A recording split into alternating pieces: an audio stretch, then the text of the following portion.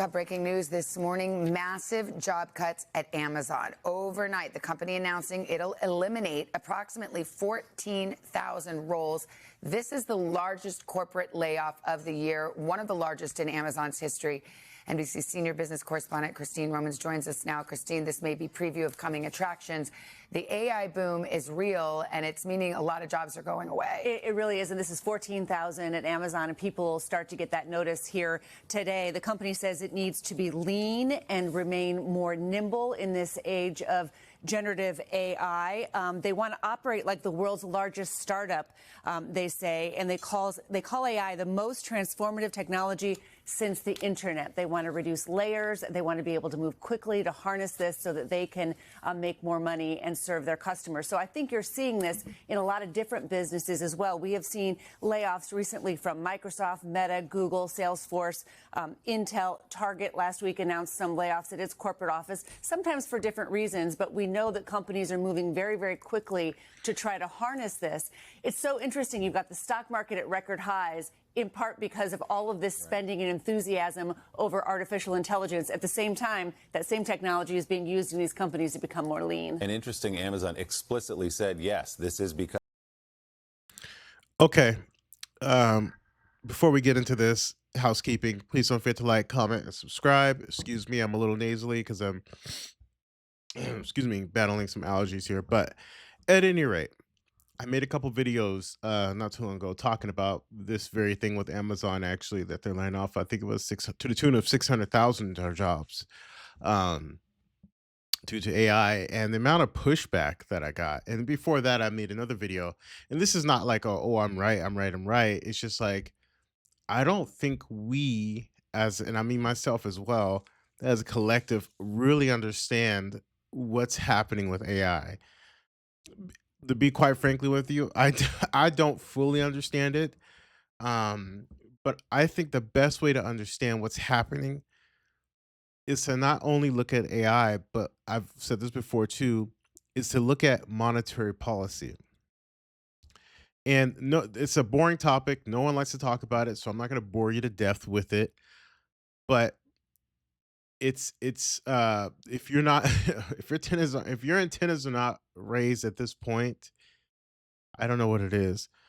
But a few things that pointed out to me by this minute clip or so was Amazon's reportedly saying they're doing this for their customers. I would say change the word customer and put shareholder, because that's really their customer. Yes, you and I order from Amazon, which who knows? I think Amazon may be the next one to get some pushback here with this amount of jobs that are just going away. But change the word customer to shareholder. That's their real, like, they work for the shareholders. And this is something I think that is commonly lost in business as well. A lot of times we think of these businesses as they treat us like family. They provide us lunch, and they do corporate events and all this. All these things, right? And you sometimes that blurs the lines a little bit. I know I've fell victim to that before. And you start thinking, wow, and it's not to say like all businesses or companies are like this. I'm not trying to paint the picture like but I will say at some point something has to change, and it is changing, whether you like it or not. And I don't know if it's for the good. Frankly, I don't know what it is. I don't know if it's changing for the bad. I just know lots of work is going away. And, the part of me making this channel was to just provide some help in terms of investing in real estate, because that's what I do. And I think that real estate is still, in my opinion, one of the best ways to gain wealth and to eventually build up enough assets to replace your income. Um, and I think the stock market is just as well too. It's just find your niche and go for it. Stock market, business, whatever. Because I don't think you have a choice now. You have to invest your way to your future, because there's no one's going to be coming to hand you a job or something like that. And that's not to say all jobs are going away. I'm not saying that, but I am saying this is an alarming rate, and AI is not even, it's really not even that, like, this is in the early stages. Could you imagine? We're in the first inning. We may not even be in the game yet. We might just be in the parking lot. So, you know, sometimes I hate putting videos like this out in the ether just because one, there's a million of content creators that will jump on this, but I'd like to come with the perspective of what could you do about it, right? If you're losing your job in the immediate, you need to take care of your household first. I'm a big proponent of that. But secondly, you got to be proactive. And I think now you have to really, really, really, really tap into your creativity. Obviously, you can still find another job as much as you can. There's a lot of people out here looking for a job. Um, but that's yeah, it's a man, this is a challenging time, very challenging. That's like the understatement of the year. But it almost feels like we're kind of moving towards something that's just going to be like I hate to sound like catastrophic. What do you say? Wes? Can't think of the word. I hate to like make everything so big, but I don't get warm and fuzzy feelings. And this is again, I'm doubling down on that. I don't think AI is here to play nice with anybody. And part of that is because owners of the companies and organizations, their number one job is to preserve capital, right? Make that company more profitable. The only way they can make that company more profitable is to keep costs down, your expenses. Most companies, a biggest part of their expense is their overhead, their employees. And that's where they just take it in the chin, you know what I mean? So if there's a alternative solution that increases or enhances productivity without having to pay these taxes and so forth, you'll do it. We all do it to some degree, right? This is why I don't think, going back to monetary policy, this is why I don't think this is fixable. Just because of where things are headed, right? And I'm trying to let me be more direct, or let me try and educate here as much as I can. I'm not an economist by any stretch of the imagination, but you guys should go follow an educated economist. He talks about monetary policy, and he's one of, in my opinion, of the few that I've heard on here, one of the best when it comes to explaining from the working man's point of view the economy and monetary policy as we know it. And oftentimes he's been making the right calls.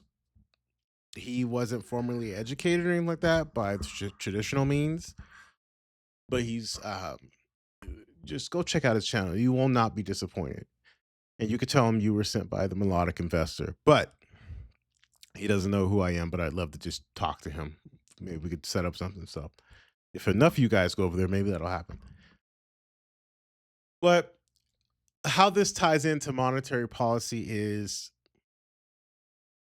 when you have so the world operates off of dollars, US currency. That's what the world trades their goods and services with. When you buy something in other countries, when they do commerce, they do it in dollars. That's always been like the gold standard. That's been the world currency reserve for, I don't know, as long as I know. And when a demand for dollars, when the world needs our money, well, they're like, we gotta, the commerce have to go. So they need the US to, start printing money, which it's a double-edged sword because it also hurts us internally. And because it, inflates our money, and that's kind of how inflation works, right? Too many dollars chasing too few goods. So it's like our country is in a pickle, and we have so much debt, ever increasing amounts of debt, And to sum all of this up, because I feel like I'm just doing word salad, but if I had to put a bow on it, we cannot compete with someone who's willing to sleep on a dirt floor. Let me say it one more time. We, the US, cannot compete with someone who's willing to sleep on a dirt floor. When you go to other countries, and this is not, I'm not picking on other countries. I love other countries, but the fact remains their standard of living is a lot different than ours. That's why when the promises were made, we're going to bring manufacturing back and we're going to be robust again like we were in the 50s. No, you're not. You're simply not. I don't care what anyone says. You'll never convince me of that. Because if you're doing a project and you go to Home Depot or wherever you go to get some, I don't know, nails or wood or whatever, and you see something that's US made, yeah, you want to buy it. Who doesn't, right? But you buy it and it's 2 to 3 times more than what's made in China. You're telling me you're going to pay 2 to 3 times more on your project, and that's just one line item. Imagine all of them. It's just not going to happen. We can't compete. There's no way we can compete just because our standard of living and our diving into luxuries. And you might say, I'm living paycheck to paycheck. How is this luxury? Most of us live in luxury. We don't may not know it yet because I forget the percentage of Americans who don't even have a passport. But the reality is most of us live in luxury. We enjoy luxuries. I'm not here to bash them. But when we have this idea that when we work hard, we deserve to live a certain standard of living and yada yada. You want to drive a nice car, you want to put on the nice clothes, you want to get all the streaming platforms, you want to have all the TVs, you want the shoes, the bag, whatever, you name it. Pick your poison. You want to go out to eat more, you want to do this, you that, and that. The list goes on and on and on. Those are all luxuries. We have become a consumer based economy. 1 second to fight this sneeze. Excuse me. Wow. By the way, please don't forget to like and subscribe. We've become a consumer based economy. We were a producer, like a manufacturing saver economy, especially after the Great Depression. We made steel and everyone worked in factories and we produced a lot. And we were able to sell those goods to the world for a profit. And our own standard of living was fairly reasonable. We weren't, there was no streaming platforms, obviously, but point is, you watched your parents or grandparents, however, depending on what age bracket you're in, probably wear the same clothes, same pair of Levi's for however long, how many years, right? They drove the same cars. They didn't increase their standard of living. And then when they retired, they probably, depending on where you come from, probably got an RV or something like that and decided to, and went on a lot of cruises, right? More affordable vacations. And that was the American dream. That is gone. Forget getting a job and the job just being enough. It's no longer enough. And the quicker you wake up to that reality, then you can okay, so now the job is not enough. What could I do to get creative?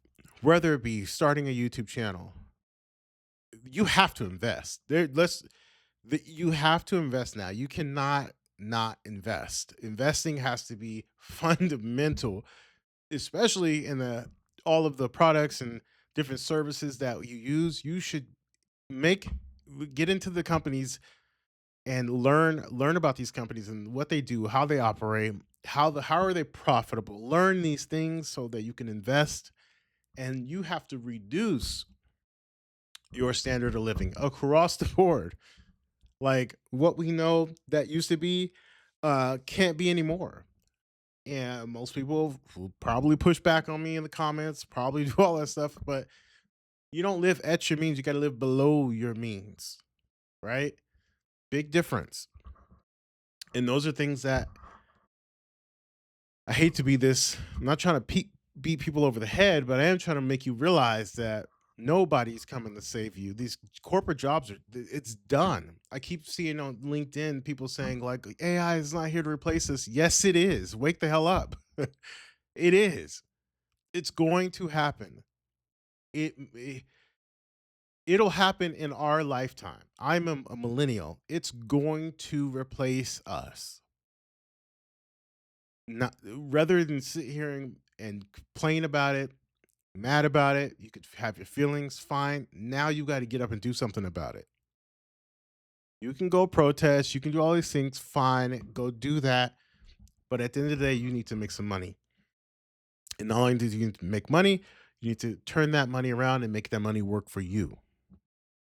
So investing, financial education, paying off debt, living on less than you make, making meals at home, meals that stretch. These are all going to be fundamentals. These are things that our parents did. Granted, everyone can bash the boomers. Fine. You may have maybe right there. Um, but the reality is we're going to go back to their standard of living. Not even really, but just for the sake of this conversation, we're going to go back to their standard of living and have to get by.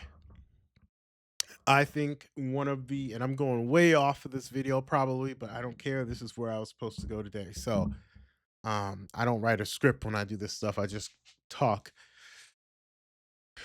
Well, I've been preaching, telling people create a YouTube channel. People look at me like I'm crazy. And maybe I'm a little bit. But what's the best thing that can happen? Another stream of income? Great.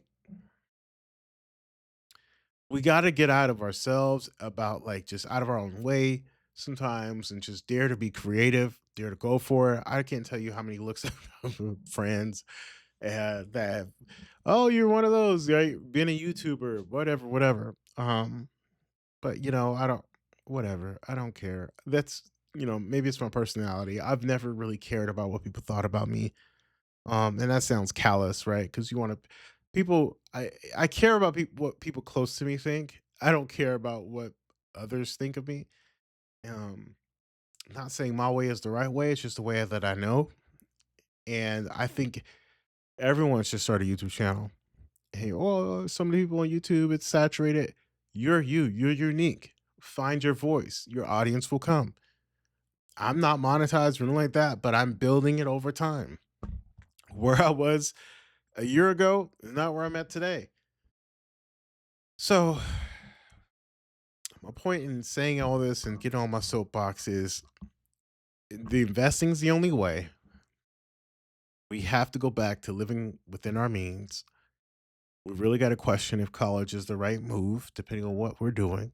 Excuse me. If you're in trades, I think you'll just be fine for now. But the point of what I'm trying to say is no one get too comfortable because the moment you get too comfortable and too lax, it's a wrap. It's a wrap. Let's continue more in this video.